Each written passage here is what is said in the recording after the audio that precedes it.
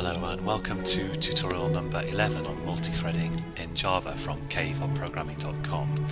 And this tutorial is going to be on deadlock and a couple of ways you can solve it, including using the try-lock method of the reentrant lock class, which we looked at in the last tutorial. So as in the last tutorial, I've got a little runner class set up here, and my main program is set up so that it runs the first thread method of runner and the second thread at the same time in different threads, and when the threads are finished it calls the finish method of runner. So this is running in one thread, at the same time this is running in another thread, and when the threads are finished this is called. I've also got a account class here set up, and account just has a balance, and it has a method called deposit which adds to the balance by the specified amount. It has a method called withdraw which subtracts the specified amount from the balance. There's a getBalance method, and there's a static transfer method which takes two account objects and withdraws the specified amount from the first and puts it in the second account. So pretty simple. I hope you're with me so far. And in my runner class I'm going to create two accounts. So account ac1, I'll call it, equals new account. And let's say private account ac2 equals new account, like this. And in the finished I'm going to say account1 balance, and that's going to be ac1.get balance. And I'm also going to have a account2 balance here, and I'm going to have a total balance here. So total balance will equal account1.get balance plus account2.get balance. And if I run that now, of course I'm going to find that if I run that now, once I've got rid of this error, I'm going to find that both accounts have their initial balance of 10,000 still, and the total balance is going to be $20,000 or euros or whatever you like. So now let's make this a bit more interesting, and in the first thread I'm going to have a loop here which is going to loop 10,000 times, and it's going to just make a bunch of random transfers from the first account to the second account. So I'm going to use the random class here to create random numbers, and I will say that I'll do account.transfer, and let's transfer from account 1 to account 2 a random amount of up to 100, like this. And in my second thread I'm going to do the same thing, but I'm going to make random transfers from account 2 to account 1. And the point of this is to sort of, of course the real point is to illustrate a problem in multi-threading, but the idea is that this is some sort of sprawling banking system, and actually there are not going to be two threads in reality, but a bunch of threads making random transfers between lots and lots of different random accounts. And let's run this, and the total balance should be 20,000, but it's not, because of course I've got multi-threading issues as usual. And so what I'll do is, it should be 20,000 because I'm only ever transferring. I'm not actually, if I withdraw from one account I always transfer it into the next account. So to fix that I could use a nested synchronized block where like the outer synchronized block, let's say, could acquire a lock for account 1 and the inner one could acquire a lock for account 2. But partly because I don't like nesting things too much, I'm going to use the reentrant lock class instead. So let's say private lock 1, and this will be a lock for account 1 equals new reentrant lock, and this is the class that we looked at in the last tutorial. And let's have a lock 2 which is equal to new reentrant lock. And what I'll do is, before I do a transfer, I need the locks associated with both accounts. So I'll say lock1.lock and lock2.lock, and I mustn't forget to unlock, and I'll better do that in a finally block just in case my account.transfer throws some kind of exception. So I'll say finally here, lock1.unlock and lock2.unlock.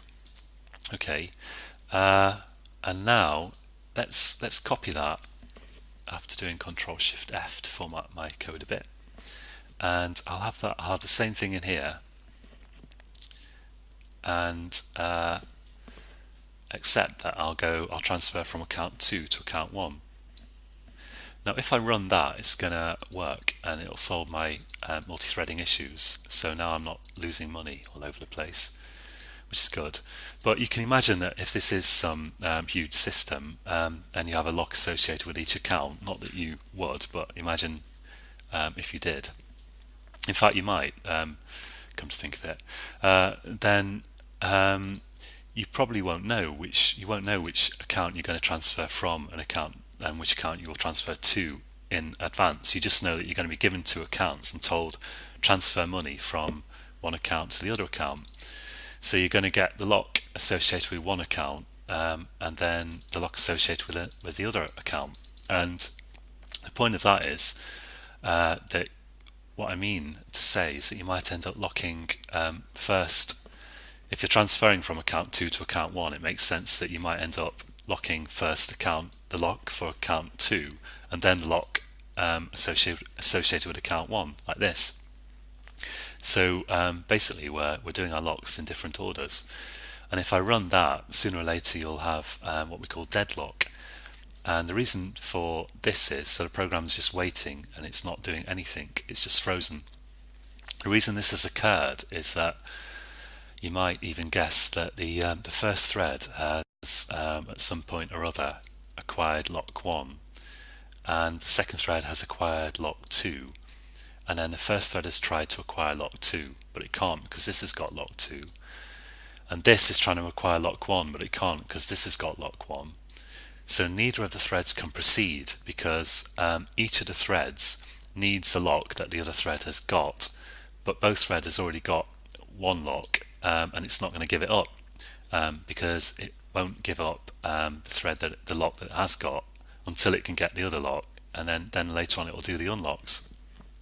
So both threads have got one lock and neither can get the other lock, and this is deadlock. And deadlock can occur if you lock your locks in different orders, and it can occur not only with reentrant lock but also with nested synchronized blocks. And when I say nested synchronized blocks, of course it's possible that you'll have one synchronized block in one method and that will call another method, which in the second method you have another synchronized block, so they're not necessarily going to be obviously nested. And there are two solutions to this that I know of, and one of them of course is just to always lock your locks in the same order, and that will ensure that you don't get deadlock. Another possibility is, well, let's imagine here that I want some kind of method that can acquire the locks in any order, and it will never cause deadlock. So imagine that, if you will. Let's try to code such a method. So I'll say public, well, let's make it private void acquire locks, and you can pass the locks that you want to acquire locks. So I'll say lock first lock and lock second lock, and the job of acquire locks is to acquire the first lock and the second lock in such a way that deadlock can't be caused. So I'll say here, I'll replace my previous code with acquire locks, lock 1, lock 2, and I'll have the same again in the second thread here, except that I'm going to try to lock 2 and lock 1. And the way to do this is you can use something called try lock, which is a method of reentrant lock that returns immediately, and it returns true if it's got the lock and false if it hasn't. And we're going to do that in a loop because I want this acquire locks to really make sure it does acquire the locks, and I don't want it to return in this case until it does acquire them. And in reality, of course, you might want to think about timeouts and that sort of thing.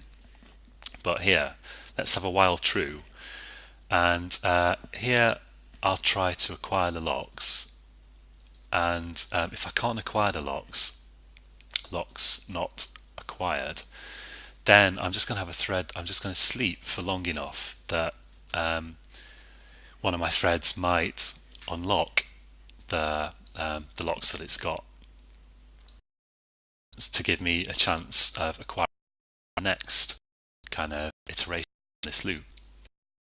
To acquire to locks, I'll have a block and in block. Let's have a couple of booleans. So boolean maybe got lock, and this to true. I can get the first lock, and we'll have get second lock equals false too.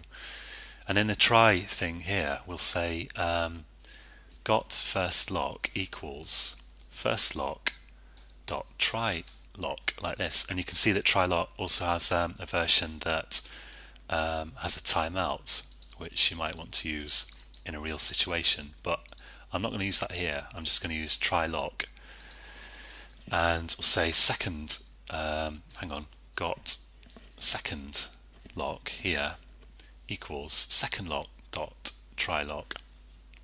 So second lock dot try lock. So try lock will return immediately, and it will only return true if it's got the locks. Otherwise, it'll be false. If it returns false, I need to unlock the locks, of course, and go around the loop again.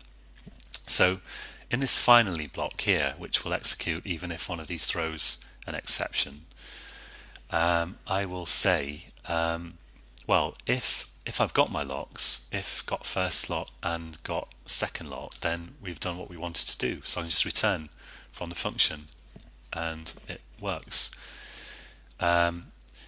If I'm down here, I haven't got the locks, or I haven't got at least one of the locks. So I want to say, but I want to make sure that I unlock whatever locks I have got. So if I say here, if I've got the first lock, then here I better unlock it. First lock.unlock to give other threads a chance to acquire it. And here, if I've got second lock, and remember this bit's only happening if I haven't got both the locks, then I'll do second lock dot unlock, and yeah, that should be got second lock. Okay, so basically I will try to get the locks in a try thing, and I'll have a finally which will always execute, and I'll check here in the finally. If I've got both the locks, I'll return from the method because it's now acquired the locks.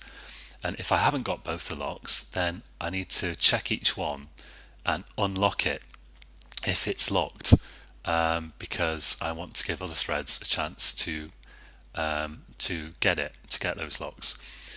And if I don't get the locks and I don't return, then I'm just going to sleep for a bit, and I'll try again in another iteration of the loop. So now acquire locks will always acquire the locks safely, and we won't get deadlock. Okay, so quite a lot for this tutorial. This code is on caveofprogramming.com as always, and do join me for the next tutorial when I'm not sure what we'll look at yet, but possibly semaphores or possibly something else, because there's still quite a lot on multi-threading to cover. Although we've covered a lot, and we've covered enough to get you through most situations that you'll encounter in multi-threading, I should think. Okay, so join me again for next time, and until then, happy coding.